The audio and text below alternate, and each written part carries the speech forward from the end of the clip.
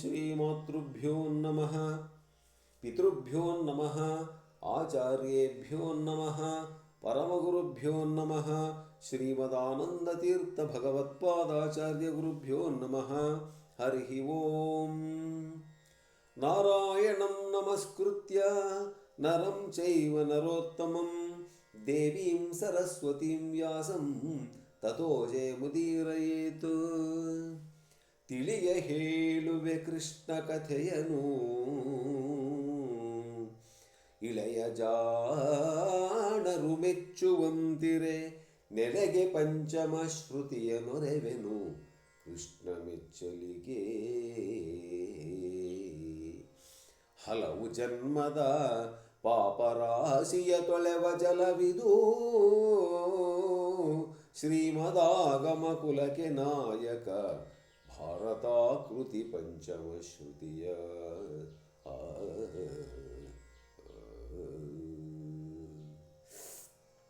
ನನ್ನ ಆತ್ಮೀಯ ಅಧ್ಯಾತ್ಮ ಬಂಧುಗಳೇ, ಕುಮಾರವ್ಯಾಸ ಭಾರತದ ಭೀಷ್ಮ ಪರ್ವದ 2ನೇ ಸಂಧಿಗೆ ನಾವು ಬರ್ತಾ ಇದ್ದೀವಿ. ಅದರ ಸೂಚನೆ ಏನಪ್ಪ ಅಂದರೆ, ಸಾಮದಲ್ಲಿ ಪರಬಲದ ಸುಭಟ ಸ್ತೋಮವನು ತನ್ನೊಳಗು ಮಾಡಿಯೇ, ಭೂಮಿಪತಿ ಯಮನಂದನನು ಸಂಗ್ರಾಮಕನುವಾದ.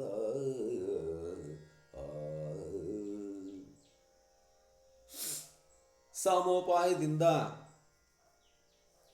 ಅತಿರಥ ಮಹಾರಥರನ್ನು ಕೂಡ ತನ್ನ ಒಳಗಾಗಿ ಮಾಡಿಕೊಂಡಿರ್ತಕ್ಕಂಥ ಅವರ ಮನಸ್ಸನ್ನು ಗೆದ್ದುಬಿಟ್ಟು, ಅತಿರಥ ಮಹಾರಥರ ಮನಸ್ಸನ್ನು ಸಾಮೋಪಾಯದಿಂದ ಗೆದ್ದಿರತಕ್ಕಂಥ ಧರ್ಮರಾಜ ಯಾವ ರೀತಿ ಕುರುಕ್ಷೇತ್ರ ಯುದ್ಧಕ್ಕೆ ಅನುವಾಗ್ತಾನೆ ಅಂತಕ್ಕಂಥದ್ದು ಈ ಸಂಧಿಯ ಒಂದು ಸಂಕ್ಷಿಪ್ತವಾದ ಸಾರಾಂಶ. ಈಗ ನಾವು ಸ್ವಲ್ಪ ವಿಸ್ತಾರವಾಗಿ ನೋಡಬಹುದಾದರೆ, ಕೇಳು ಜನಮೇ ಜಯ ಧರಿತ್ರೀಪಾಲ, ದೃಷ್ಟದ್ಯುಮ್ನ ಭೀಷ್ಮರ ಪಾಳಯದೊಳು ಅಂದಮಮಾ ಕೈಗೈದಿಳೆಗೆ ಹೊಸದೆನಿಸಿ, ಕಾಳೆಗಕ್ಕನುವಾಗಿ ರಥತುರಗಾಳಿ ಕರಿ ಕಾಲಾಳು ಕುದುರೆಗಳ ಮೇಲುಗೈ ಚಮರಿಗಳ ನಿಚ್ಚುಸುತ್ತಿದ್ದುದು ಉಭಯ ಬಲ. ಏನು ಸುಮ್ಮನೆ ಪಾಂಡವರ ಸೇನಾಧಿಪತಿಯಾಗಿರ್ತಕ್ಕಂಥ ದೃಷ್ಟದ್ಯುಮ್ನನ ನೇತೃತ್ವದಲ್ಲಿ, ಕೌರವರ ಸೇನಾಧಿಪತಿಯಾಗಿರ್ತಕ್ಕಂಥ ಭೀಷ್ಮಾಚಾರ್ಯರ ನೇತೃತ್ವದಲ್ಲಿ ಕುರುಕ್ಷೇತ್ರದಲ್ಲಿ ಎರಡೂ ಕೂಡ ಸೈನ್ಯಗಳು ಆವಾಗ ಯುದ್ಧಕ್ಕೋಗೋಣ ಇವಾಗ ಯುದ್ಧಕ್ಕೋಗೋಣ ಅಂತ ಹೇಳಿಬಿಟ್ಟು ತಯಾರಿ ನಡೆಸ್ತಾ ಇದ್ದವಂತೆ. ಏನು ಒಂದಕ್ಕಿಂತ ಒಂದು ಮಹಾಪರಾಕ್ರಮವನ್ನೇ ತಮ್ಮ ಒಳಗು ಮಾಡಿಕೊಳ್ಳತಕ್ಕಂತಹ ಸೈನಿಕರು, ಬ್ರಹ್ಮಾಂಡವಾಗಿ ಆ ಸೈನ್ಯ ರೆಡಿಯಾಗ್ತಾ ಇದೆಯಂತೆ. ಜನಮೇಜಯ ರಾಯನಿಗೆ ವೈಶಂಪಾಯನೇಂದ್ರ ಹೇಳ್ತೀರಿ ಕಥೆನ. ಕುಣಿವ ಕುದುರೆಯ ಮದದ ಬಲುಭಾರಣೆಯಲ್ಲಿ ಒಲೆವಾನೆಗಳ ತುರಗವ ಕೆಣಕಿ ಸರಳಿಸಿ ಹಿಡಿವ ತೇರಿನ ಸೂತರೋಜಗಳ. ಕುದುರೆಗಳು ಸುಮ್ಮನೆ ತಕ ತಕ ತಕ ತಕ ಕುಣಿತಾ ಮುಂದಕ್ಕೂ ನುಗ್ಗುತ್ತಿದ್ರೆ, ಆ ರಾವತರು ಮುದಾಣ ಹಿಡ್ಕೊಂಡು ಬಿಗಿಯಾಗಿ ಹಿಡ್ಕೊಂಡಿದ್ದಾರಂತೆ. ಬಿಟ್ಟರೆ ಓಡ್ತೀವಿ ಅಂತಕ್ಕಂಥ ರೀತಿಯಲ್ಲಿ ಅವು ಹುಮ್ಮಸ್ಸಿನಿಂದ ಇದ್ದಾವಂತೆ ಕುದುರೆಗಳು. ಅಣೆವ ಹರಿಗೆಯನೊಬ್ಬರೊಬ್ಬರ ನನಸಿನಲ್ಲಿ, ಶತ್ರು ಸೈನ್ಯಗಳನ್ನು ಒಬ್ಬರಿಗೊಬ್ಬರು ಅಣಗಿಸ್ಕೊಳ್ತಾ ತಿವಿದಗಿವ ಭಟರೊಡ್ಡಣೆ ಸಗಾಡಿಸಿತು ಎರಡು ಬಲದಲ್ಲಿ ಭೂಪಾ ಕೇಳಿಂದ. ಎರಡೂ ಬಲದಲ್ಲೂ ಕೂಡ ಒಬ್ಬರನ್ನೊಬ್ಬರು ಮೂದಲಿಸ್ತಾ ಇದ್ದಾರೆ, ಒಬ್ಬರನ್ನೊಬ್ಬರು ಬೈತಾ ಇದ್ದಾರೆ. ಬಂದ್ವಿ ನೀವೇನು ಮಾಡ್ತಿರೋ ನೋಡೋಣ ಅಂತ ಒಬ್ಬರನ್ನೊಬ್ಬರು ಅಂದ್ಕೊತಾ ಇದ್ದಾರಂತೆ. ಆ ರೀತಿ ಸೈನ್ಯ ಒಳ್ಳೆ ಜೋರಾಗಿದೆ. ಗಜದ ಬಲು ಗರ್ಜನೆಯ ವಾಜೂರಜದ ಹೇಷಿತರವದ ತೇರಿನ ಗಜವಜದ ಕಾಲಾಳು ಕಡುಕಿನ ಬೊಬ್ಬೆ ಅಬ್ಬರದ ಗಜರುವ ಅಗ್ಗದ ಬೊಗ್ಗುಳದ ದಿಗ್ಗುರಜವ ನುಡಿಸುವ ರಾಯಗಿಡಿಗಣ ವಿಜಯ ಬಲ ತೊಡರಿಕ್ಕಿತೈ ಕಲ್ಪಾಂತ ಸಾಗರಕ್ಕೆ. ಈ ರೀತಿ ಒಂದಕ್ಕೊಂದೊಂದಕ್ಕೊಂದೊಂದಕ್ಕೊಂದು ಸೈನ್ಯಗಳು ರೆಡಿಯಾಗ್ತಾ ಇದ್ದಾವಂತೆ. ಕೇಳು ಜನಮೇ ಜಯ ಧರಿತ್ರೀಪಾಲ, ಭೀಷ್ಮನ ಹೊರಗೆ ಕುರುಭೂಪಾಲ ಬಂದನು ಭಿನ್ನವಿಸಿದನು ಮುಕುಳಗನಾಗಿ. ಅವಾಗ ಭೀಷ್ಮಾಚಾರ್ಯರ ಹತ್ತಿರ ದುರ್ಯೋಧನ ಬಂದಿದನಂತೆ. ತಾತ ಅಂತ ಬಂದ. ಏನೋ ಇವನು ಪ್ಲಾನ್ ಹಾಕ್ಕೊಂಡು ಬಂದಲ್ಲಪ್ಪ ಅಂದ್ಕೊಂಡ್ರು ಯಾರು, ಭೀಷ್ಮಾಚಾರ್ಯರು. ಮೇಳದಲ್ಲಿ ಮಂಡಳಿಸಿದರಿ ನೃಪಜಾಲದಲ್ಲಿ ಈ ಯಮಸೂನು ಆತನು ಮೇಲೆ ಭೀಮಾರ್ಜುನರ ವಿವರಿಸಿ ತೋರಬೇಕೆಂದ. ಶತ್ರು ಸೈನ್ಯ ಬಂದು ನಮ್ಮ ಮುಂದೆ ನಿಂತಿದೆ ತಾತ. ಇದರಲ್ಲಿ ಭೀಮ ಯಾರು, ಅರ್ಜುನ ಯಾರು, ನಕುಲ ಯಾರು, ಸಹದೇವ ಯಾರು, ಧರ್ಮರಾಜ ಯಾರು, ಅವನ ಸೈನ್ಯ ಯಾರು, ಸೇನಾಧಿಪತಿ ಯಾರು ಅನ್ನೋದನ್ನು ಒಂದು ಸ್ವಲ್ಪ ತೋರಿಸಿ ವರ್ಣಿಸಿ ಹೇಳಿದರೆ ಚೆನ್ನಾಗಿರುತ್ತೆ ತಾತ. ಅಂದರೆ ಅದರ ಅರ್ಥ ದುರ್ಯೋಧನಿಗೆ ಅವ್ರು ಯಾರು ಗೊತ್ತಿಲ್ಲ ಅಂತ ಅರ್ಥ ಅಲ್ಲ, ಆ ಸೈನ್ಯ ಯಾವ ರೀತಿ ಇದೆ, ಯಾರ್ಯಾರ ನೇತೃತ್ವದಲ್ಲಿ ಅಂತಕ್ಕಂಥದ್ದನ್ನು ನೀವು ಸ್ವಲ್ಪ ಎಕ್ಸ್ಪ್ಲೈನ್ ಮಾಡಿದರೆ ಭಾಳ ಚೆನ್ನಾಗಿರುತ್ತೆ ತಾತ ಅಂತ ಕೇಳಿದರೆ ಹೇಳ್ತಾರಂತೆ ದ್ರೋಣಾಚಾರ್ಯರು, ಯಾರು, ಭೀಷ್ಮಾಚಾರ್ಯರು. ನಸುನಗೆಯ ಚೂಣಿಯಲಿ ವದನದರಸು ಮೇ ಛಳಪಿಸೆ ಕೌರವೇಂದ್ರಂಗು ಸುರಿದನು ಕಲಿ ಭೀಷ್ಮನವಧರಿಸೈ ಮಹೀಪತಿಯೇ. ನಕ್ಕಂತ ಭೀಷ್ಮಾಚಾರ್ಯರು ಹೇಳ್ತಾರಂತೆ, ಅಪಯ ದುರ್ಯೋಧನ, ಪಸರಿಸಿದ ಮುಗಿಲೊಡ್ಡಿನಲಿ ಮಿಂಚೆ ಶೆವವೋಲ್ ಗಜದಳದ ಮಧ್ಯದೊಳೆ ಶೆವನಾಥನು ವೀರ ದೃಷ್ಟದ್ಯುಮ್ನ ನೋಡೆಂದ. ನೋಡು 106 ಗಜಗಳ ಮಧ್ಯದಲ್ಲಿ, ಆನೆಗಳ ಮಧ್ಯದಲ್ಲಿ ಮಹಾಪರಾಕ್ರಮಿಯಾಗಿರ್ತಕ್ಕಂಥ ಆ ಪಾಂಡವರ ಸೈನ್ಯಕ್ಕೆ ಸೇನಾಧಿಪತಿ ಆಗಿರತಕ್ಕಂಥ ದೃಷ್ಟದ್ಯುಮ್ನನನ್ನು ನೋಡಾಗೋ ಕಾಣಿಸ್ತಾ ಇದೆಯಲ್ಲ. ಇವಕಣ ಪಾಂಡವರ ಸೇನಾರ್ಣವಕ್ಕೆ ನಾಯಕನು, ಇವನ ಕೆಲ ಬಲದವರು ತೆಕ್ಕೆಯ ತೀರ ತೇಜಿಯ ಥಟ್ಟಿತುನ್ನತಿಯ ಬವರಿಗರು ಪಾಂಚಾಲ ಕುಲ ಸಂಭವರು ದೃಪದ ಸಹೋದರರು ಮತ್ತಿವರು ಸೃಂಜಯವರ ಯುಧಾಮನ್ಯುತ್ತಮುಂಜಸರು. ಇವರು ದ್ರುಪದರಾಜನ ಸಹೋದರರವರು ದ್ರೌಪದಿಯರು. ಅದೇ ರೀತಿ ಇವನು ಸೃಂಜಯ, ಇವರು ಯುಧಾಮನ್ಯು, ಇವನು ಉತ್ತಮ ವಂಚಸ ಇವನು ಅಂತ ಹೇಳಿ ಎಲ್ಲರನ್ನು ತೋರಿಸ್ತಾ ಇದ್ದಾರೆ ಭೀಷ್ಮಾಚಾರ್ಯರು. ಡೊಂಕಣಿಯ ಹೊದರೋಗಳ ಎಡಬಲವಂಕ ದಾನೆಯ ತಟ್ಟುಗಳ ನಿಶಂಕ ಮಲ್ಲನು ದೃಪದ ನೀತ ವಿರಾಟ ನೃಪನೀತ. ಇವರು ಪರಾಕ್ರಮಿಗಳಾಗಿರ್ತಕ್ಕಂಥ ದೃಪದ ಮಹಾರಾಜರು, ಅವನು ವಿರಾಟ ರಾಜ. ಮುಂಕುಡಿಯ ನಾಯಕರಿವರು ಪತಿಯಂಕಕಾರರು, ಇವರ ಬಳಿಯಲ್ಲಿ ಬಿಂಕದೆರಡಕ್ಷೋಣಿ ಬಲವಿದೆ ರಾಯ ನೋಡೆಂದ. ಇವರ ಹತ್ರ ಒಬ್ಬೊಬ್ಬರ ಹತ್ರ ಒಂದೊಂದು ಅಕ್ಷೋಹಿಣಿ ಸೈನ್ಯ ಇದೆ, ಆದ್ದರಿಂದ 2 ಅಕ್ಷೋಹಿಣಿ ಬಲ ಅವರ ಕಡೆ ಇದೆ ನೋಡು. ಅವರ ಮೋಹರದಾಚೆಯಲ್ಲಿ ನಿಂತಿವರು ಕುಂತಿ ಭೋಜ ಕೇಕಯ ಅವರ ಬಳಿಯಲ್ಲಿ ತಳಿತು 2 ಅಕ್ಷೋಣಿ ಸೇನೆ. ಕುಂತಿ ಭೋಜ ಮಹಾರಾಜ, ಕೇಕಯ ಕೈಕಸೆ ಅಂತ ಹೇಳಿದಿಲ್ಲ, ಆ ಕೇಕಯ ದೇಶದಿಂದ ಬಂದಿರತಕ್ಕಂಥ ಮಹಾರಾಜ, ಇವರೆಲ್ಲರೂ ಕೂಡ ಅಲ್ಲಿದ್ದಾರೆ. ಅವರ ಹತ್ರ 2 ಅಕ್ಷೋಹಿಣಿ ಸೈನ್ಯ ಇದೆ. ಅವರ ಹತ್ತಿರೇ ಮೋಹರಿಸಿ ನಿಂದವರು ಪಾಂಡ್ಯ ಶಿಖಂಡಿ ಸೋಮಕ, ಅವರ ಮೋಹರದೊಳಗೆ ನೋಡ ಅಕ್ಷೋಹಿಣಿ ಸೇನೆ. ಅವರ ಪಕ್ಕದಲ್ಲಿ ಪಾಂಡ್ಯ ಶಿಖಂಡಿ ಸೋಮಕ, ಅವರ ಅಕ್ಕಪಕ್ಕದಲ್ಲೆಲ್ಲ ಅಕ್ಷೋಹಿಣಿ ಸೈನ್ಯ ನೆರೆದಿದೆ ನೋಡು. ಅರನೆಲೆಯ ದಳದತ್ತ ದೃಷ್ಟಿಯ ಹರಿಯ ಬಿಡು ನೋಡಲ್ಲಿ ಕೌಂತೆಯರ ಕುಮಾರರನು ಅಮಲ ಪಂಚದ್ರೌಪದಿ ಸುತರಾಗೋ ನೋಡಲ್ಲಿ. ಪಂಚದ್ರೌಪದಿ ಸುತರು ಉಪಪಾಂಡವರಿದಾರಲ್ಲಿ. ಉರಿಯ ಕರು ಬಿಟ್ಟಂತೆ ವಿಲಯದ ಹರನ ಕತಿ ಹೊಗೆವಂತೆ ಸಿಡಿಲಿನ ಹೊರಳಿ ಹೊದರಿದ್ದಂತೆ ನಿಂದವನತ ಅವಘಟೋದ್ಗಜನು. ಸಿಡ್ಲುಗಳೆಲ್ಲ ಒಂದೇ ಕಡೆ ಸೇರಿದವೇನೋ ಅನ್ನೋ ರೀತಿಯಲ್ಲಿ ಕಾಣಿಸ್ತಾ ಇದ್ದಾನಲ್ಲ. ಕಪ್ಪುಗೆ ಅವನು ಭೀಮಸೇನನ ಮಗ, ಮಹಾಪ್ರಚಂಡನಾಗಿರತಕ್ಕಂಥ ಘಟೋದ್ಗಜ. ಭೀಮಸೇನನ ಮಗನವನು ಸಂಗ್ರಾಮ ಚಾಪಟನು, ಯುದ್ಧದಲ್ಲಿ ಮಹಾಪ್ರವೀಣ. ಅವನ ಬಳಿಯಲ್ಲಿ ತಾಮಸದ ಬಲು ಮೊಗದ ಹೊಗರಿನ ಹೊಳೆವ ದಾಡೆಗಳ. ಅವನ ಅಕ್ಕಪಕ್ಕ ಎಲ್ಲ ಬರೀ ರಾಕ್ಷಸರ ಸೈನ್ಯ, ಬಿಡೀ ಕೋರೆ ಹಲ್ಲುಗಳು. ಕಾಮರೂಪಿಗಳೊಂದು ಕೋಟಿ ಸನಾಮ ದೈತ್ಯರು, 1 ಕೋಟಿ ಜನ ಇದರ ಸನಾಮ ದೈತ್ಯರು, ಮಹಾಪ್ರಚಂಡರು. ಕುಂಭಕರ್ಣಸ್ತೋಮವೆನಲದೆಲಯ ಕೃತಾಂತನ ಕ್ರೂರ ಪರಿವಾರ. ಕುಂಭಕರ್ಣಿಗೆ ಸೈನ್ಯಕ್ಕೆ ಸರಿ ಸಮವಾಗಿರತಕ್ಕಂಥ ಸೈನ್ಯ, ಲಯ ಕೃತಾಂತನ ಪರಿವಾರ, ಪ್ರಳಯ ಕಾಲರುದ್ರನ ಪರಿವಾರ ಅಕ್ಕಪಕ್ಕದಲ್ಲಿದೆ ನೋಡು, ಘಟೋದ್ಗಜನ ಪಕ್ಕದಲ್ಲಿ. ಅವರ ಹೊರೆಯಲ್ಲಿ ಪಲ್ಲುಗುಣ್ಣಗೆ ಮಲ್ಲೆವರ ಗಂಡನು ರಿಪುಕುಮಾರ ಕನಿವ ಕಾಲೋನಳನು ನೋಡ ಅಭಿಮನ್ಯು ಅರ್ಜುನನ ಮಗನು. ನೋಡು, ಅರ್ಜುನನ ಮಗನಾಗಿರ್ತಕ್ಕಂಥ ಅಭಿಮನ್ಯು ಅವನು ನಮ್ಮ ತಂದೆಗೆ ಅವನು ಕಷ್ಟ ಕೊಡ್ತಾನೆ, ಅವನು ಪ್ರಾಣ ತೆಗಿತೀನಿ ಅಂತ ಶಪಥ ಮಾಡಿದನು. ಅವನೇ ಅಭಿಮನ್ಯು. ಕುವರನಿವ ಮಗುವಲ್ಲ, ಇವನು ಹುಡುಗ ಅಂತ ಕಡಿದೆಯೇನೋ ದುರ್ಯೋಧನ. ಅವನು ಹುಡುಗಲ್ಲಪ್ಪ. ಬುಲುಗೈಯನವನ ಮೋಹರದೊತ್ತಿನಲ್ಲಿ ನಿಂದವರು ಸಾತ್ಯಕಿ ಚೈಕಿತಾನ ಪ್ರಮುಖ ನಾಯಕರು. ಅವನ ಪಕ್ಕದಲ್ಲಿ ಸಾತ್ಯಕಿ ಇದ್ದಾನೆ, ಚೈಕಿತಾನ ಇದ್ದಾನೆ. ಅವರು ಕೂಡ ಮಹಾವೀರರು. ಅವರೊಳೊಂದಕ್ಷೋಹಿಣಿಯದು ಮಾಧವನ ಮರೆಯದು.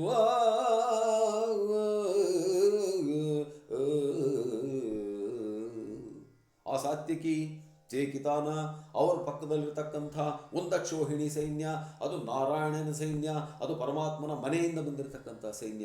ಮಹಾಪ್ರಚಂಡನ ನಾರಾಯಣನ ಸೈನ್ಯದಲ್ಲಿದ್ದಾರಯ್ಯ. ಕೃಷ್ಣ ಪರಮಾತ್ಮನ ಸೈನ್ಯ ಅದು.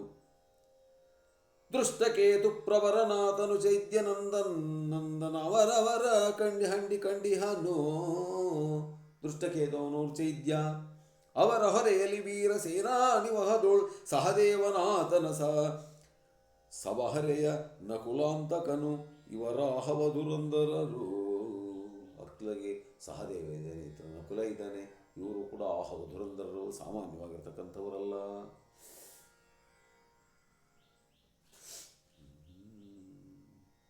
ಇತ್ತಲಿದು ಕಲ್ಪಾಂತರುದ್ರನದೊತ್ತ ಮೊತ್ತ ಕಾಳೋರ ಗಣ ಜಂಗುಳಿ ಮೃತ್ಯುವಿನ ಮೋಹರ ಕೃತಾಂತನ ಥಟ್ಟು ಭೈರವನ ತೆತ್ತಿಗನ ದಾವಣಿಯೊಳಣ್ಣನ ಮತ್ತವಾರಣ ಭೀಮಸೇನನ ನಿತ್ತ ನೋಡೈ ಮಗನೇ ಕುರುಕುಲ ಕೇಳಿಕೋರನನು.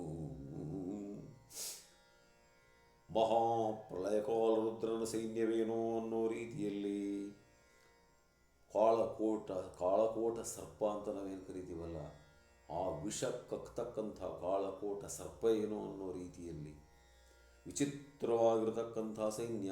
ಲಯ ಕೃತಾಂತನ ಥಟ್ಟು. ಇದು ಸಾಮಾನ್ಯವಲ್ಲ. ಯಾವುದಪ್ಪ ಇದು? ಭೀಮಸೇನನ ಸೈನ್ಯ. ಅಲ್ಲಿರೋನು ಯಾರಪ್ಪ? ಪ್ರಳಯಕಾಲ ರುದ್ರ ಶಿವನ ಉಪಾದಿಯಲ್ಲಿ ಶಿವನ ತದ್ರೂಪನೇ ಆಗಿರತಕ್ಕಂಥ ಮಹಾಪ್ರಚಂಡನಾಗಿರ್ತಕ್ಕಂಥ ಖಂಡಿತವಾದಿ ಲೋಕ ವಿರೋಧಿಯ ಅನಿಸ್ಕೊಂಡಿರ್ತಕ್ಕಂಥ ಮಹಾಪ್ರಳಯಕಾಲ ರುದ್ರನಾಗಿರ್ತಕ್ಕಂಥ ಭೀಮ. ತಗೋ ನೋಡು, ಭೀಮ ಸಾಮಾನ್ಯವಾಗಿರ್ತಕ್ಕಂಥವನಲ್ಲ. ನಾನು ಸತ್ತೇನೋ ನಮ್ಮ ಅಣ್ಣನ ಪ್ರತಿಜ್ಞೆ ಮಾತ್ರ, ನನ್ನ ಪ್ರಾಣವನ್ನು ಮಾತ್ರ ನಾನು ಯಾವನಿಗೂ ಕೊಡಲ್ಲ ಅಂತಕ್ಕಂಥ ಪ್ರತಿಜ್ಞೆ ಹೊತ್ತಾಗ ನೋಡಲ್ಲಿದ್ದೆ ಭೀಮಸೇನ. ಕೆಲದಲ ತುರುವಾಯಲ ಹವದಳಲಿ ಗರು ಮೇಳದಲ್ಲಿ ಮಕುಟದಲಲಿದ ರತ್ತ ಪ್ರಭೇಲ ಹರಿಯಲಾವಣಿಗೆ ಬಿಗಿಲೋ ಚಲದುರಂಗದ ಭಾರಿಯಾನೆ ದಳದ ರಥದ ಪದಾತಿ ಮಧ್ಯದ ಹೊಳಗಿನಲ್ಲಿ ನಿಂದಾತನಾಥ ಮಹೀಶ ಧರ್ಮಜನು. ಇಷ್ಟು ಜನ ಮಧ್ಯದಲ್ಲಿ ಸೂತ ಇವರೆಲ್ಲ ಇದ್ದಾರೆ. ಧರ್ಮರಾಜ ಮಧ್ಯದಲ್ಲಿದ್ದಾನೆ. ಯಾವುದೇ ಕಾರಣಕ್ಕೂ ಶತ್ರುಗಳಿಗೆ ಧರ್ಮರಾಜನನ್ನು ಬಿಡಬಾರದು ಅನ್ನತಕ್ಕಂತಹ ಒಂದು ಪ್ರತಿಜ್ಞೆಯನ್ನು ಮಾಡಿರ್ತಕ್ಕಂತಹ ಅವರೆಲ್ಲರೂ ಕೂಡ ಅವನ ಸುತ್ತನಲ್ಲಿದ್ದಾರೆ. ಮಧ್ಯೆ ಇರತಕ್ಕಂಥವನು ಧರ್ಮಾತ್ಮನಾಗಿರ್ತಕ್ಕಂಥವನು, ಸತ್ಯಸಂಧನಾಗಿರ್ತಕ್ಕಂಥವನು ಧರ್ಮರಾಜನೇ. ಅವನೇ ನೋಡು ಧರ್ಮರಾಜ. ಆತನೆಡವಂಕದಲ್ಲಿ ಹನುಮನ ಕೇತನದ ಗರುವಾಯಿಯಲ್ಲಿ ನವಶಾತ ಕುಂಭದ ರೂಪದ ವರೂಥದಲ್ಲಿ ನೆರೆದೇವಿ ದಸ್ತ್ರದಲ್ಲಿ ನೂತನ ಅಶ್ವನಿಕಾಯ ಕುಲಪುಟಧೂತ ಧೂಳಿ ಪಟಲ ವಿಹಿತ ನಿಶಾತ ಘನ ಜಯಯುತನೋ ಅರ್ಜುನನ ನೋಡೆಂದ. ಮಹಾಪ್ರಚಂಡನಾಗಿರ್ತಕ್ಕಂಥವನು, ಮೂರು ಲೋಕದ ಗಂಡನಾಗಿರ್ತಕ್ಕಂಥವನು ಅರ್ಜುನ. ಫಲ್ಗುಣ, ಪಾರ್ಥ, ಕಿರೀಟಿ, ಶ್ವೇತವಾಹನ, ಭೀಭತ್ಸು, ವಿಜಯ, ಕೃಷ್ಣ, ಸವ್ಯಸಾಚಿ, ಧನಂಜಯ ಅಂತ 10 ಹೆಸರನ್ನು ಹೊಂದಿರತಕ್ಕಂಥವನು. ಅಣ್ಣನ ಪ್ರತಿಜ್ಞೆ ನನ್ನ ಪ್ರತಿಜ್ಞೆ ಅಂತ ಹೇಳಿರ್ತಕ್ಕಂಥವನು. ಅಣ್ಣನ ಪ್ರಾಣವೇ ನನ್ನ ಪ್ರಾಣ ಅಂತ ಪ್ರತಿಜ್ಞೆ ಮಾಡಿ ನಿಂತಿರ್ತಕ್ಕಂಥವನು. ಅವನೇ ನೋಡು ಮಹಾಪ್ರಚಂಡನಾಗಿರ್ತಕ್ಕಂಥ ಮಹಾ ಬಿಲ್ವಿದ್ಯಾಕಾರನಾಗಿರ್ತಕ್ಕಂಥ ಅರ್ಜುನ. ಅವನ ಪಕ್ಕದಲ್ಲಿ ನೋಡಿದ್ಯಾರು ದುರ್ಯೋಧನ. ತಿಳಿಯಲೊಬ್ಬನ ರೋಮ ರೋಮದ ಕುಳಿಯೊಳಗೆ ಬ್ರಹ್ಮಾಂಡ ಕೋಟಿಯ ಸುಳಿವುಗಡ. ಅವನ ಪಕ್ಕದಲ್ಲಿರ್ತಕ್ಕಂಥ ಪರಮಾತ್ಮ ಅಣುರೇಣು ತೃಣಕಾಷ್ಟ ಪರಿಪೂರ್ಣ. ಒಂದೊಂದು ರೋಮದಲ್ಲೂ ಕೂಡ ಕೋಟಿ ಕೋಟಿ ಕೋಟಿ ಬ್ರಹ್ಮಾಂಡಗಳನ್ನು ಧರಿಸಿರ್ತಕ್ಕಂಥ ಮಹಾಪುಣ್ಯಾತ್ಮ. ಶ್ರುತಿ ನಿಖರವೋಲ್ಲಿರದರ ಅದರೊಳಗು ಉದೋ ಅದರೊಳಗೆ ದೋರಗಡ. ಶ್ರುತಿ ಸ್ಮೃತಿ ಆಗಮ ಪುರಾಣ ಶಾಸ್ತ್ರಗಳು ಕೂಡ 24 ಗಂಟೆ ಧ್ಯಾನ ಮಾಡಿದರೂ ಕೂಡ ಅವುಗಳ ಕಣ್ಣಿಗೆ ಬೀಳದೇ ಇರತಕ್ಕಂಥ ಪರಮಾತ್ಮ. ಹಲವು ಮಾತೇನಾತನೀತನ ಬಳಿಯ ಬಂಡಿಯ ಬೋವ. ಆದರೂ ಕೂಡ ಇವನು ಸ್ವಲ್ಪವೂ ಕೂಡ ಗರ್ವ ಇಲ್ಲದೆ ನಿಗರ್ವತೆಯಿಂದ ಅರ್ಜುನನ ಬಂಡಿಯನ್ನು ನಡೆಸ್ತಕ್ಕಂಥ ಬಂಡಿಯ ಬೋವನಾಗಿದ್ದಾನೆ. ಯಾರಪ್ಪ ಅವನು? ಬಂಡಿಯ ಬೋವನಾಗಿಯ ಸುಳಿವನು ಆತನ ನೋಡು ಮಗನೇ ವೀರನರಯಣನ. ಆತನ ನೋಡು ಮಗನೇ ವೀರನರಯಣನ. ಅವನೇ ನೋಡು ವೀರನಾರಾಯಣ ಸ್ವಾಮಿ, ಅವನೇ ನೋಡು ಪರಮಾತ್ಮ, ಅವನೇ ನುರೇಣ ತೃಣಕಾಷ್ಟ ಪರಿಪೂರ್ಣ. ಕಥನವಿದು ಭಾರಾಂಕವಾರಭ್ಯುದಯ ತಲೆದೋರುವುದೋ ನಮಗೆ ಕಿದರ ಚಿಂತೆ ಮುರಾರಿ ಬಲ್ಲನು ಕಂದ ಕೇಳೆಂದ. ನೋಡಪ್ಪ, ಇಷ್ಟು ವಿಚಾರ, ಯಾವ ರೀತಿ ಯುದ್ಧ ನಮಗೆ ಗೆಲ್ಲಕ್ಕಾಗುತ್ತೋ ಇಲ್ಲ ನನಗೆ ಗೊತ್ತಿಲ್ಲ ಆಗಲಿ, ಇದನ್ನೆಲ್ಲವನ್ನ ಬಲ್ಲ ಆ ಪರಮಾತ್ಮ ಅಲ್ಲಿದ್ದ ನೋಡಯ್ಯ. ಗೆಲ್ಲಿಸೋನು ಅವನೇ, ಸೋಲಿಸೋನು ಅವನೇ ಅಂತ ಭೀಷ್ಮಾಚಾರ್ಯರು ಹೇಳ್ತಾ ಇದ್ದಾರಂತೆ. ಮಾನನಿಧಿ ಕೇಳ್ಕೌರವಂಗಾಧೀನವೆನ್ನಯತನು. ಅವಾಗ ಏನಾಯ್ತಪ್ಪ ಅಂತಂದರೆ, ಅವರಳಕ್ಷೋಣಿ ಬಲ ನಮ್ಮವರೊಳಗೆ 11 ಮತ್ತವರಿವರ ಸಖ್ಯಕ್ಕೆ ನೆರೆದು ಏಕಾದಶಾಕ್ಷೋಣಿ. ಅಲ್ಲಿ ನಮ್ಮದು 11 ಅಕ್ಷೋಹಿಣಿ ಸೈನ್ಯ, ಅವರದು 7 ಅಕ್ಷೋಹಿಣಿ ಸೈನ್ಯ, ಒಟ್ಟು 18 ಅಕ್ಷೋಹಿಣಿ ಸೈನ್ಯ. ತವಿಸುವರೇ ಭೀಷ್ಮಾಚಾರ್ಯ ಹೇಳ್ತಾರೆ, ಎಷ್ಟು ಚೆನ್ನಾಗಿ ಹೇಳ್ತಾರೆ ಗೊತ್ತಾ? ಅದನ್ನು ಸೋಲಿಸಬೇಕಾದ್ರೆ ನನಗೊಂದು ದಿನ ಸಾಕು. 3 ದಿವಸದಲ್ಲಿ ಗುರು ದ್ರೋಣಾಚಾರ್ಯನಿಗೆ 3 ದಿವಸ ಬೇಕು, ನನಗೊಂದು ದಿವಸ ಸಾಕು. 5 ದಿವಸಕ್ಕೆ ರವಿಜ ಕರ್ಣ 5 ದಿನಕ್ಕೆ ಗೆಲ್ತಾನೆ. ಆದರೆ ನಿಮಿಷಕ್ಕೆ ದ್ರೋಣಾಚಾರ್ಯರು 1 ನಿಮಿಷಕ್ಕೆ ಗೆದ್ದು ಬಿಡ್ತಾರೆ. ನಿಮಿಷಾರ್ಧಕ್ಕೆ ಧನಂಜಯನು. ಆದರೆ ಅರ್ಜುನ ಅರ್ಧ ನಿಮಿಷಕ್ಕೆ ಗೆದ್ದು ಬಿಡ್ತಾನೆ. ಅದಕ್ಕೆ ಅವನನ್ನು ಸವ್ಯಸಾಚಿ ಅಂತ ಕರೀತಾರಯ್ಯ. ಎಷ್ಟು ಚೆನ್ನಾಗಿ ಭೀಷ್ಮಾಚಾರ್ಯರು ಅವನಿಗೆ ಅರ್ಥ ಆಗಂಗೆ ಹೇಳಿದ್ರು, ಅರ್ಥ ಆಗದಿದ್ದರೆ ಏನು ಮಾಡೋಕ್ಕಾಗ್ತದೆ ಅಂತ ಎಕ್ಸ್ಪ್ಲೈನ್ ಮಾಡಬೇಕಾದ್ರೆ ಅವಾಗ ಧರ್ಮರಾಜು ಯೋಚನೆ ಮಾಡಿದ. ಪಾಪ ತೂಗಿದನು ಶಿರವನು ಮಹಾಹವವಿಗಲಾಗದ ಮುನ್ನ ಭೇದದಲಾಗಿನಲ್ಲಿ ಭೀಷ್ಮಾದಿಗಳ ಮನವೊಲಿಸಬೇಕೆಂದ. ಧರ್ಮರಾಜು ನೋಡ್ತಾ ಇದ್ದಾನೆ, ಎರಡೂ ಕಡೆ ಸೈನ್ಯವನ್ನು ನೋಡಿದ. ಈ ಸೈನ್ಯವನ್ನು ಆ ಕಡೆ ನಮ್ಮ ಸೈನ್ಯ ಇಲ್ಲಿ ನೋಡಿದರೆ 7 ಅಕ್ಷೋಹಿಣಿ, ಅದ್ರ 11 ಅಕ್ಷೋಹಿಣಿ ಮಹಾಪ್ರಚಂಡರು ಭೀಷ್ಮ, ದ್ರೋಣ, ಕರ್ಣ, ಅಶ್ವತ್ಥಾಮ, ಕೃಪಾ, ಕೃತವರ್ಮ. ಹೆಂಗಪ್ಪ ಗೆಲ್ಲದು? ಅದಕ್ಕೆ ಏನಾದರೂ ಮಾಡಿ ಭೇದೋಪಾಯದಿಂದ, ಸಾಮೋಪಾಯ ಭೇದೋಪಾಯಗಳಿಂದ ನಾವು ಅವರ ಮನಸ್ಸನ್ನು ಗೆದ್ದು ಬರಬೇಕು. ಮುಖ್ಯವಾಗಿರ್ತಕ್ಕಂಥವ್ರನ್ನ ನೋಡಿ ಬರ್ತೀನಿ ಅಂತ ಹೇಳಿಬಿಟ್ಟು ಅಲ್ಲಿಂದ ಹೊರಟನಂತೆ ಧರ್ಮರಾಜ. ಬಂದು ಭೀಷ್ಮನ ಚರಣ ಕಮಲ ದ್ವಂದ್ವದಲ್ಲಿ ಚಾಚಿದನು ಮುಕುಟವನಿಂದಿನ ಹವದೊಳಗೆ ನಮಗಿನ್ನೇನು ನಿರ್ವಾಹ. ಓಡ ಬಂದು ಭೀಷ್ಮಾಚಾರ್ಯ ಕಾಲಿಗೆ ಬಿದ್ದುಬಿಟ್ಟ. ತಥಾ ನೀವೇ ಗಡ್ಡಿಗಾಕಬೇಕು, ನಮಗಿನ್ಯಾರು ಗತಿ ಇಲ್ಲ. ತೂಗಿದನು ಆಯ್ತಲ್ಲ, ನಿಂದು ನೀವು ಕಾದುವರೆ ನಮಗಿನ್ನೆಂದು ಹರಿಸುವುದು. ನೀವು ಯುದ್ಧ ಮಾಡಿದರೆ ನಿಂತ್ಕೊಂಡು ನಮಗೆ ಗೆಲ್ಲಕ್ಕಾಗುತ್ತಾ? ಬವರವೆ ಮಗೇನೆಂದು ಬೆಸಸಿದಿರೆನುತ ಕರುಣವ ತೋರಿದನು ಭೂಪ. ಅದೇನು ಹೇಳಬೇಕು ಹೇಳ್ರಿ, ನಿಮ್ಮಂತೂ ಗೆಲ್ಲಕ್ಕೆ ನಮಗಾಗಲ್ಲ, ಅದಕ್ಕೆ ಏನು ಮಾಡಬೇಕು ಅರ್ಥ ಆಗ್ತಿಲ್ಲ. ಇವಕ್ಕೆಲ್ಲದಕ್ಕೂ ಕಾರಣ ಕೃಷ್ಣನೇ. ಕೃಷ್ಣ ಹೇಳಿದ್ದ, ನೋಡಪ್ಪ ಧರ್ಮರಾಜ, ನೀನು ಯುದ್ಧವನ್ನು ಗೆಲ್ಲಬೇಕಾದ್ರೆ ಭೀಷ್ಮಾಚಾರ್ಯರು, ದ್ರೋಣಾಚಾರ್ಯರು, ಆಮೇಲೆ ಕೃಪಾಚಾರ್ಯರು ಹಾಗೂ ಶಲ್ಯ ಇವರ ಹತ್ರಕ್ಕೆ ಹೋಗಿಬಿಟ್ಟು ನೀನು ಬೇಡಿಕೊಂಡು ಅವರ ಒಂದು ಆಶೀರ್ವಾದವನ್ನು ಪಡೆದು ಬಂದರೆ ನಿನಗೇನು ತೊಂದರೆ ಇಲ್ಲ. ಇಂತಿಂಥವ್ರ ಹತ್ರಕ್ಕೆ ಹೋಗಿ ಇಂತಿಂಥ ವರವನ್ನೇ ನೀನು ಪಡೆದು ಬರಬೇಕು ಅಂತ ಹೇಳಿಬಿಟ್ಟು ಪರಮಾತ್ಮ ಅವನಿಗೆ ಹೇಳಿಕೊಟ್ಟಿದ್ದ. ಯಾಕೆಂದರೆ ತಿಳಿಯೇ ಹೇಳುವೆ ಕೃಷ್ಣ ಕಥೆ ಏನು ಅಂತ ಹೇಳಿದರು ಕುಮಾರವ್ಯಾಸ. ಸಾಮಾನ್ಯವಾಗಿರ್ತಕ್ಕಂಥದ್ದಲ್ಲ ಕೃಷ್ಣ ಕಥೆ. ಆದ್ದರಿಂದ ಇಂಥ ಕಥೆಯನ್ನು ನಾವು ಮಾಡಬೇಕಾದ್ರೆ ಪರಮಾತ್ಮನನ್ನು ಬಿಟ್ಟರೆ ಇಲ್ಲಿ ಯಾರು ಕಪಟನಾಟಕ ಸೂತ್ರಧಾರಿ ಎಂದೇನೆ ಕುಮಾರವ್ಯಾಸ. ಇಂಥ ಪರಮಾತ್ಮ ಹೇಳಿದ್ದೇನೋ ಇದೆಯೋ ಚಾಚು ತಪ್ಪದಂಗೆ ಧರ್ಮರಾಜ ಮಾಡ್ತಾ ಇದ್ದಾನಂತೆ. ಸೀದಾ ಬಂದು ನಮಸ್ಕಾರ ಮಾಡಿಬಿಟ್ಟು ತಥಾ ನಮ್ಮನ್ನು ಕಾಪಾಡಬೇಕು ಅಂತ ಯಾವಾಗ ಹೇಳಿದ್ದಾನೆ ಅವಾಗ ಹೇಳ್ತಾನಂತೆ, ಅಪ್ಪ ಇದು ಭೀಷ್ಮಾಚಾರ್ಯ ಹೇಳ್ತಾರೆ, ನೀ ಬರೆಯಲ ಉತ್ತರಾಯುಗಳಾವ ಬರೆಯಲಿ ಕೌರವರು ಬಹಳ ಅವಮಾನವೇ ಮಗೆ ನೆಗಳಿದರೆಮ್ಮ ಸತ್ಯವನ್ನು ನೀವು ಮೆಚ್ಚಲು ನಡೆಸಿದೆವು ತಲೆಗಾವುದುಂಟೇ ಕರುಣಿಸಲ್ಲದಡಾವಹದ ನಿಂದೆ ಬಗೆ ನೇಮವ ಕೊಟ್ಟಿವ. ಇನ್ನು ಧರ್ಮರಾಜ ಹೇಳ್ತಿದ್ದಾನೆ, ಸ್ವಾಮಿ ನಮಗೆ ಯಾರು ಗತಿ ಇಲ್ಲ ತಾತ, ನೀನೇ ಕಾಪಾಡಬೇಕು ಅಂದರೆ ಹೇಳ್ತಾರಂತೆ ಭೀಷ್ಮಾಚಾರ್ಯರು, ಅಪ್ಪ ಎದ್ದೇಳೋ ಮೇಲಕ್ಕೆ ಏಳು ಮಗನೇ ನಮ್ಮ ಮತಿಯನ್ನು ಕೇಳೆನು ನಾನೊಂದು ಮಾತು ಹೇಳ್ತೀನಿ ಕೇಳಪ್ಪ. ಧರ್ಮರಾಜ ನೀನು ಬಂದಿದ್ದೀಯಾ ಕೇಳಿದೀಯ ತಪ್ಪಿಲ್ಲ. ಆಳುಗೊಂಡನು ಕೌರವನು ಬರರಾಳು ತನಗೆ ಮಗ ಆಯಿತು. ನಮ್ಮನ್ನು ಆಳ್ತಿರೋನು ಕೌರವ ಕಣಯ್ಯ, ಅವನು ಹೇಳಿದಂಗೂ ಕೇಳಬೇಕು. ನೀವು ನೋಡಿದರೆ ಮೊಮ್ಮಕ್ಕಳು, ಅವರು ಮೊಮ್ಮಕ್ಕಳು, ಅವನ ಹತ್ರ ನಾನು ಉಪ್ಪು ಸೊಪ್ಪು ತಿಂದು ಬೆಳೀತಿದ್ದೀನಿ. ಅವರು ಹೇಳಿದಂಗೂ ಕೇಳಬೇಕು, ನಿನ್ನ ಮಾತು ನಡೀಬೇಕು.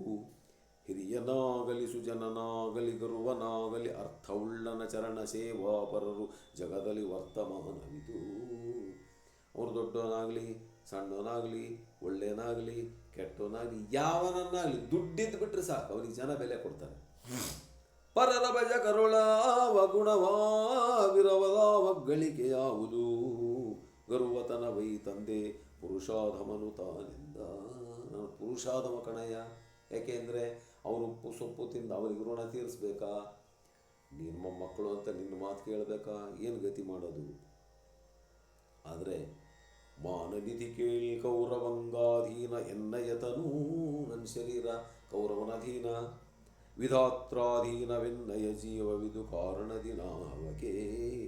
ಈಗ ನೀನೊಂದು ಕೆಲಸ ಮಾಡು, ನೀನು ಚಿಂತಿಸಬೇಡ ನನ್ನವರ ಅವಸಾನ ಕಾಲಕ್ಕೆ ಮತ್ತೆ ಬರಲು ನಿಧಾನವನ್ನು ನೆನೆ ಬುದ್ಧಿ ಗಳಿಸುವೆನು ಈಗ ಮರಳಿಂದ. ನೀನು ಒಂದು ಕೆಲಸ ಮಾಡು, ನನ್ನ ಅವಸಾನ ಕಾಲಕ್ಕೆ ನನ್ನನ್ನು ಒಂದು ಸಾರಿ ಭೇಟಿ ಮಾಡು, ಆವಾಗ ನಾನು ನಿನಗೊಂದು ಮಾತನ್ನು ಕೊಡ್ತೀನಿ, ಅದರಂತೆ ನಡೀತೀನಿ, ನೀನು ಚಿಂತೆ ಮಾಡಲೇಬೇಡ ಅಂತ ಹೇಳಿಬಿಟ್ಟು ಭೀಷ್ಮಾಚಾರ್ಯರು ಆಶೀರ್ವಾದ ಮಾಡಿ ಕಳಿಸಿದ್ದಾರೆ. ಸೀದಾ ದ್ರೋಣಾಚಾರ್ಯರ ಹತ್ರಕ್ಕೆ ಬಂದು ನಮಸ್ಕಾರ ಮಾಡಿಬಿಟ್ಟಿದ್ದಾನೆ ಉದ್ದಕ್ಕೆ. ದ್ರೋಣಾಚಾರ್ಯರೇ, ನೀವು ಗುರುಗಳು, ನೀವು ನಮ್ಮನ್ನು ಕಾಪಾಡಬೇಕು, ನೀವೇನಾದರೂ ಯುದ್ಧಕ್ಕೆ ನಿಂತರೆ ನಾವು ಸೋಲದ ಗ್ಯಾರಂಟಿ. ಅವಾಗ ಹೇಳ್ತಾರಂತ ದ್ರೋಣಾಚಾರ್ಯರು, ಧರ್ಮರಾಜ ಅರಸ ಬಂಧನ ಪೂರ್ವವಾಯುತು ದರ್ಶನವು ತನಗೆನು ತಗರುಡಿಯ ಗುರು ಮಹೀಪಾಲಕನ ಮುಕುಟವನ್ನೆತ್ತಿದನು ಬಳಿಕ. ಪಾಪ ಅವನು ನಮಸ್ಕಾರ ಮಾಡಿದರೆ ಮುಕುಟವನ್ನು ಎತ್ತಿದರಂತ ದ್ರೋಣಾಚಾರ್ಯ ಹೇಳ್ತಾರಂತೆ, ಬರಸೆಳೆದು ಬಿಗಿ ಎಪ್ಪಿದನು ಸಂಗರದ ಸಮಯದಲ್ಲಿ. ಯಾಕಪ್ಪ ಬಂದಿದೆ ಅಂತ ಕೇಳಿದರೆ, ಗುರುಗಳೇ ಯಾವಾಗ ದೈವವು ನೀನು ಗುರು ನೀನೆವಗೆ ತಾತನು ನೀನು ವಹದ ಹವದೊಳಗೆ ಪತಿಕರಿಸಿ ರಕ್ಷಿಸಲೊಡೆಯ ನೀನು. ದೈವನು ನೀವೇ, ಗುರುನು ನೀವೇ ಸಿಟ್ಟು ಬಂದರೆ ಯಾರು? ಗುರುಮುನಿಯಲ್ ಪರಕಾಯುವನೇ ಹರಹರ ಶ್ರೀಚನ್ನ ಸೋಮೇಶ್ವರ ಅಂತ ಹೇಳಿದ್ದಾರೆ. ಅದಕ್ಕೋಸ್ಕರ ಗುರುಗಳಿಗೆ ಸಿಟ್ಟು ಬಂದರೆ ನಾವೆಲ್ಲಾದರೂ ಗೆದ್ಕಮಕ್ಕೆ ಸಾಧ್ಯವತ ಗುರುಗಳೇ? ಅದಕ್ಕೋಸ್ಕರ ತಾವು ದಯವಿಟ್ಟು ನಮ್ಮನ್ನು ಕಾಪಾಡಬೇಕು. ಹೆಂಗೆ ನಿಮ್ಮನ್ನು ಗೆಲ್ಲದು ಹೆಂಗೆ, ಅಥವಾ ನಿಮ್ಮ ಹತ್ರ ನಾವು ಯಾವ ರೀತಿ ಯುದ್ಧ ಮಾಡಬೇಕು ಅನ್ನೋದನ್ನು ಸ್ವಲ್ಪ ಹೇಳ್ಕೊಡ್ಬೇಕು. ಅವಾಗ ಹೇಳ್ತಾರಂತೆ ದ್ರೋಣಾಚಾರ್ಯರಪ್ಪ, ಅರಸ ಕೇಳರ್ಥಕ್ಕೆ ಧರಣೀಶ್ವರರ ಕಿಂಕರರರ್ಥತ ಕಿಂಕರತೆಯನ್ನು ಮಾಡುವುದು ಜಗದಲ್ಲಿ ವರ್ತಮಾನವಿದ್ದು.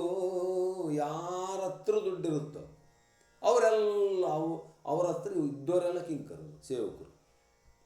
ದುರ್ಯೋಧನ ಹತ್ರ ದುಡ್ಡಿದೆ, ಅವನು ಹೇಳ್ದಂಗೆ ಪ್ರಪಂಚನೇ ಕೇಳುತ್ತಯ್ಯ. ನಿರುತ ಕೌರವನರ್ಥದಲ್ಲಿ ಕಿಂಕರತೆಯ ಮಗ. ನಾನು ಮೊದಲೇ ಬಡವ, ಇನ್ನು ಸೇರ್ಕೊಂಡಿದ್ದೀನಿ ಬಂದಿಲ್ಲಿ, ವಿದ್ಯೆನೋ ಇನ್ನೊಂದು ಹೇಳ್ಕೊಟ್ಕೊಂಡು ಇವನು ಕೆಳಗಿದ್ದೀನಿ, ಅವನು ನನಗೆ ಸಂಬಳ ಕೊಡ್ತಾನೆ, ನಾನು ಕೆಲಸ ಮಾಡ್ತೀನಿ. ಏನು ಮಾಡೋದು ಈಗ? ಅವನಿಂದ ಜೀವನ ನಡೀತಾ ಇದೆ. ರಾಜ್ಯ ಐಶ್ವರ್ಯ ಸೇವಾಪರರಿಗೆ ಸ್ವಾತಂತ್ರ್ಯವಿಲ್ಲೆಂದ. ನಾನು ಧಾರಾಳವಾಗಿ ನಿನಗೇನು ಮಾತನ್ನು ಕೊಡೋಕ್ಕಾಗಲ್ಲ, ಋಣವನ್ನು ಮತ್ತು ಅವನ ಋಣ ನಾನು ತೀರಿಸಲೇಬೇಕಲ್ಲ. ಕಾದುವ ಸಮಯದೊಳ್ ಅಪ್ರಿಯವಾದ ನುಡಿಗಳ ಕೇಳಿದ ಕ್ಷಣ ಮೇದಿನಿಯೊಳು ಆವಿರೆವು ಚಿಂತಿಸಬೇಡ ಹೋಗೆಂದ. ಆದರೆ ಒಂದು ಮಾತು ಕೊಡ್ತೀನಿ ಅಷ್ಟೇ ನನಗೆ, ಯುದ್ಧ ಮಾಡ್ತಕ್ಕಂಥ ಸಂದರ್ಭದಲ್ಲಿ ಕೇಳಬಾರದ ಮಾತು ನನ್ನ ಕಿವಿಗೆ ಬಿದ್ದರೆ ಆ ಕ್ಷಣ ನನ್ನ ಕೈಯಲ್ಲಿ ಅಸ್ತ್ರನೇ ಹಿಡಿಯಲ್ಲ, ಸಾಕಲ್ಲ, ಅದನ್ನು ನೀನೇ ಉಪಯೋಗಿಸ್ಕೊ ಹೋಗು ಅಂತ ಹೇಳಿ ದ್ರೋಣಾಚಾರ್ಯ ಆಶೀರ್ವಾದವನ್ನು ಮಾಡಿ ಕಳಿಸಿದರೆ. ಅವಾಗ ಸೀದಾ ಕೃಪಾಚಾರ್ಯರ ಹತ್ರಕ್ಕೆ ಬಂದ. ವಿನಯದಲ್ಲಿ ಭಿನ್ನವಿಸಿ ಕೃಪನೆಂದನು ನಿಧಾನಿಸಲು ಆವವಧ್ಯರು ಜನಪ ನಿನ್ನನು ನಾವು ಕೊಲ್ಲೆವು ಮರಳು ನೀನೆಂದ. ಅಪ್ಪ ನಾನು ಕೂಡ ದುರ್ಯೋಧನ ಕೆಳ ಕೆಲಸ ಮಾಡೋನೆ, ಆದರೆ ನಾನು ಯಾವತ್ತೂ ನಿಮ್ಮನ್ನು ನೋಯಿಸಲ್ಲ, ನೀವು 5 ಜನ ಪಾಂಡವರನ್ನ ನಾನು ಯಾವತ್ತೂ ಕೊಲ್ಲಲ್ಲ, ನಾನು ನೋವು ನಿಮಗೆ ಉಂಟು ಮಾಡಲ್ಲ, ಹೋಗು ಅಂತ ಕೃಪಾಚಾರ್ಯ ಹೇಳಿದ್ದಾರೆ. ಕೃಪನ ಬೀಳ್ಕೊಂಡ ತುಳ ಜಯಲೋಲುಪನು ಶಲ್ಯನ ಬಂದು ಕಂಡನು, ವಿಪುಳಮತಿ ಮಾತಾಡಿದನು ನಿಜ ರಾಜಕಾರ್ಯವ. ಶಲ್ಯನ ಹತ್ರ ಬಂದು ಅಡ್ಡ ಬಿದ್ದ, ಮಾವ ನೀನೇ ನನ್ನನ್ನು ಕಾಪಾಡಬೇಕು, ಇಬ್ಬರಿಗೂ ಮಾವ ಶಲ್ಯ. ಏನು ಗತಿ ಮಾಡಬೇಕು ಅವನು? ಕೃಪೆಯ ಮಾಡುವುದೆವಗೆ ರಣದಲ್ಲಿ ತಪನ, ತನಯನ ತೇಜವನು ನಿಷ್ಕೃಪೆಯೊಳವಗಡಿಸೆಂದು ಶಲ್ಯನಳು ಅಭಯವನ್ನು ಪಡೆದ. ಶಲ್ಯ ಹೇಳಿದ, ನೋಡಪ್ಪ ನಾನು ಕೂಡ ಅವನ ಕೈ ಕೆಳಗಿದ್ರೆ ಏನು ಮಾಡೋಕ್ಕಾಗಲ್ಲ, ಆದರೆ ಒಂದು ವರ ಮಾತ್ರ ನಾನು ಕೊಡ್ತೀನಿ, ನೀನೇನು ಕೇಳ್ತೀಯೋ ಅದು ಕೇಳೋ, ನಾನು ಮಾಡ್ತೀನಿ. ಏನಿಲ್ತ ಮಾವ, ಮುಂದೆ ಏನಾದರೂ ಕುರುಕ್ಷೇತ್ರ ಯುದ್ಧದಲ್ಲಿ ಕರ್ಣ ನಿನಗೆ ಸಾರಥಿ ಆದರೆ, ಯುದ್ಧ ನಡೀತಾ ಇರತಕ್ಕಂಥ ಸಂದರ್ಭದಲ್ಲಿ, ಅಲ್ಲ ಕರ್ಣನಿಗೆ ನೀನು ಸಾರಥಿ ಆದರೆ, ಕರ್ಣ ಯುದ್ಧ ಮಾಡಬೇಕಾದ್ರೆ ನಿನ್ನನ್ನು ಕರ್ಣ ಸಾರಥಿ ಮಾಡ್ಕೊಂಡ್ರೆ, ಕರ್ಣನಿಗೆ ನೀನು ಸಾರಥಿ ಆದರೆ, ಕರ್ಣ ನಿನಗೇನಾದರೂ ಆ ಸಂದರ್ಭದಲ್ಲಿ ಎದುರು ಮಾತಾಡಿದರೆ ನೀನು ಸಾರಥಿತನ ಬಿಟ್ಟು ಬರಬೇಕು. ಸರಿ ಆಯ್ತಪ್ಪ, ನಾನು ಕರ್ಣನಿಗೆ ಸಾರಥಿ ಆದರೆ, ಕರ್ಣ ಎದುರು ಮಾತಾಡಿದ್ರೆ ನೀನು ಹೆಂಗೆ ಹೇಳಿದ್ರೆ ನಂಗೆ ಕೇಳ್ತೀನಿ ಅಂತ ಹೇಳಿದ. ಆಶೀರ್ವಾದವನ್ನು ಪಡೆದು ಬಂದ. 2 ಬಲ ಬೆರಗಾಗಿ ನೋಡುತ್ತಿರೆ, ಆವಾಗ ಏನಾಗ್ಬಿಡ್ತು, ಇತ್ಲ ಬಂದ ಇವನು ಸೀದಾ ಬಂದುಬಿಟ್ಟ ಪಾಂಡವರ ಕಡೆ ಸೈನಿಕ ಸೇರ್ಕೊಂಡ ಧರ್ಮರಾಜ. ಅಷ್ಟೊತ್ತಿಗೆ ಯುಯುತ್ಸು ಅನ್ನತಕ್ಕಂಥವನು ಮಹಾಧರ್ಮಿಷ್ಠ ಪಾಪ, ಕೌರವನ ಕಡೆಯಿಂದ ಅವನೇನು ಮಾಡಿಬಿಟ್ಟ, 2 ಕಡೆನೂ ಬಲ ನೋಡ್ತಾ ಇದೆ, ನೇರವಾಗಿ ಧರ್ಮರಾಜನ ಹತ್ರಕ್ಕೆ ಬಂದು ಉದ್ದಕ್ಕೆ ನಮಸ್ಕಾರವನ್ನು ಮಾಡಿಬಿಟ್ಟು, ಏನಪ್ಪ ಯಾರು ನೀನು ಅಂತ ಕೇಳಿದರೆ, ನಾನು ಯುಯುತ್ಸು ಬಂದಿದ್ದೀನಿ, ನನಗೆ ಆ ದುರ್ಯೋಧನನ ಕಡೆ ಧರ್ಮ ಇಲ್ಲ ಅಂತ ಗೊತ್ತಾಯಿತು, ಬರೀ ಅಧರ್ಮಿಗಳೇ ಅಲ್ಲಿ ಸೇರ್ಕೊಂಡ್ಬಿಟ್ಟಿದ್ದಾರೆ, ನನಗೆ ಸರಿ ಹೋಗಲಿಲ್ಲ ಧರ್ಮರಾಜ, ಅದಕ್ಕೋಸ್ಕರ ನಿನ್ನಲ್ಲಿ ಆಶ್ರಯವನ್ನು ಬೇಡಲಿಕ್ಕೆ ಬಂದಿದ್ದೀನಿ, ದಯವಿಟ್ಟು ನನಗೆ ಆಶ್ರಯವನ್ನು ಕೊಡು ಅಂತ ಕೇಳಿದಾಗ, ಅಲ್ಲಪ್ಪ ಯಾಕಪ್ಪ ಹಿಂಗೆ ಬಂದೆ ಅಂದರೆ ಅವಾಗ ಹೇಳ್ತಾನಂತೆ, ಹಿಂದೆ ರಾವಣಾಸುರನ ಕಾಲಕ್ಕೆ ವಿಭೀಷಣ ಬಂದು ರಾಮದೇವ್ರ ಕಡೆ ಸೇರಲಿಲ್ವೇ, ಅವಾಗ ದೇವರು ಅವನಿಗೆ ಒಂದು ಅವಕಾಶವನ್ನು ಕೊಡಲಿಲ್ವೇ, ತನ್ನ ಕಡೆ ಸೇರಿಸ್ಕೊಂಡಲ್ಲ, ಹಾಗೆ ನೀನು ಕೂಡ ನನ್ನನ್ನು ಸೇರಿಸ್ಕ ಅಂತ ಹೇಳಿದಾಗ, ಇಂದು ನಿಮ್ಮಂಗ್ರಿಗಳ ಮೊರೆ ಒಗದೆಂಬಂದೆ ನಿನ್ನನ್ನು ಪತಿಕರಿಸಬೇಕೆಂದು ಕೌರವನು ನಿಜ ಭಿನ್ನಯಿಸಿದನು ಭೂಪತಿಗೆ. ಈಗ ನಿಮ್ಮ ಕಡೆ ನಾನು ಸೇರಿಸ್ಕೋಬೇಕು ಅಂತ ಹೇಳ್ಬಿಟ್ಟು ಉದ್ದಕ್ಕೆ ನಮಸ್ಕಾರ ಮಾಡಿಬಿಟ್ಟೆ ನನ್ನ ಪಾಪ. ಎನಗೆ ಭೀಮಾರ್ಜುನರವೋಲ್ ನಿನ್ನನು ಜನಲ್ಲದೆ ಬೇರೆ ನಿನ್ನಲಿ ಮನವಿಭೇದವ ಬಲ್ಲೆನೆ ವಾಯನುತ ಕೈ ಹಿಡಿದು. ಅಪ್ಪ ನನ್ನ ತಮ್ಮಂದರು ಪಾಂಡವರು ಹೆಂಗೋ ನೀನು ಹಾಗೆ, ನೀನು ಬಂದು ಬೇಡಿದೆ ನಾನು ಕೇಳಿದೆ ಅಂದಾಗ ನಾನು ಸೇರಿಸ್ಕೊಳ್ಳದೆ ಇದ್ದರೆ ತಪ್ಪಾಗುತ್ತೆ, ಅದಕ್ಕೋಸ್ಕರ ಏನು ತೊಂದರೆ ಇಲ್ಲ, ಬಂದು ನನ್ನ ತಮ್ಮಂದ್ರಾಗ ನೀನು ಕೂಡ ನನ್ನೊಬ್ಬ ತಮ್ಮಂದನೇ ಅಂತ, ತಮ್ಮಂದರಲ್ಲಿ ಒಬ್ಬನು ಅಂತ ಇದ್ದುಬಿಡು. ಜನಪನ ಭಯವನಿತ್ತು ಕೌರವನನುಜರನು ಕೊಂಡೊಯ್ದಾನು, ಆಹವದನು ಕರಣೆಯಲ್ಲಿ ಸೇನೆ ಗಜಭಜಿಸಿತ್ತು ಬೊಬ್ಬೆಯಲಿ. ಇತ್ಲಗೆ ಆ ಕಡೆ ಸೈನ್ಯ ಈ ಕಡೆ ಸೈನ್ಯ ಎರಡೂ ಕೂಡ ಮಹಾಪರಾಕ್ರಮದಿಂದ ಆವಾಗಿದ್ದಕ್ಕೆ ಹೋಗ್ಬೇಕಾ ಇದ್ದಕ್ಕೆ ಹೋಗ್ಬೇಕಾ, ಆವಾಗಿದ್ದಕ್ಕೆ ಹೋಗ್ಬೇಕಾ ಇವಾಗಿದ್ದಕ್ಕೆ ಹೋಗ್ಬೇಕಾ ಅಂತ ಅಂದ್ಕೊಂಡು ರೆಡಿಯಾಗಿದ್ದರಂತೆ. ಇದೇ ಸಂದರ್ಭದಲ್ಲಿಯೇ ಮುಂದಿನ ಒಂದು ಸಂಚಿಕೆಯಲ್ಲಿ ಭಗವದ್ಗೀತೆ ಪ್ರಾರಂಭ ಆಗುತ್ತೆ. ಶ್ರೀಕೃಷ್ಣ ಪರಮಾತ್ಮ ಆ ಅರ್ಜುನನಿಗೆ ಯಾವ ರೀತಿ ಗೀತಾಮೃತವನ್ನು ಒಂದು ಉಣಿಸ್ತಾನೆ ಅಂತಕ್ಕಂಥದ್ದು ಬಹಳ ಸಂಕ್ಷಿಪ್ತವಾಗಿ ಕುಮಾರವ್ಯಾಸ ಭಾರತದಲ್ಲಿ ಒಂದೇ ಒಂದು ಸಂಧಿಯಲ್ಲಿ ಬರುತ್ತೆ. ಅದನ್ನು ನಾವು ಮುಂದೆ ಓದೋದಕ್ಕೆ ಅಥವಾ ವಾಚನ ಮಾಡೋದಕ್ಕೆ ನಮಗೆ ಎಷ್ಟು ಶಕ್ತಿ ದೇವರು ಕೊಟ್ಟಿದ್ದರೆ ಅಷ್ಟು ಶಕ್ತಿಗೆ ಪ್ರಯತ್ನ ಪಡೋಣ ಅಂತ ಹೇಳ್ತಾ, ಧರ್ಮರಾಜನ ಒಂದು ಸಮೋಪಾಯ ಮತ್ತು ಭೇದೋಪಾಯ ಇಲ್ಲಿ ಫಲಿಸ್ತು ಅಂತ ಹೇಳ್ತಾ, ಮುಂದೆ ಇದು ಯುದ್ಧರಂಗದಲ್ಲಿ ಯಾವ ರೀತಿ ಕೆಲಸ ಮಾಡುತ್ತೆ ಯೋಚನೆ ಮಾಡೋಣ ಅಂತ ಹೇಳ್ತಾ, ಇಲ್ಲಿಗೆ ನಾವು ಇವತ್ತಿನ ಈ ಒಂದು ಸಂಚಿಕೆಯನ್ನು ಮುಗಿಸೋದಕ್ಕೆ ಪ್ರಯತ್ನ ಪಡೋಣ. ಓಂ ಶ್ರೀ ಕೃಷ್ಣಾರ್ಪಣಮಸ್ತು.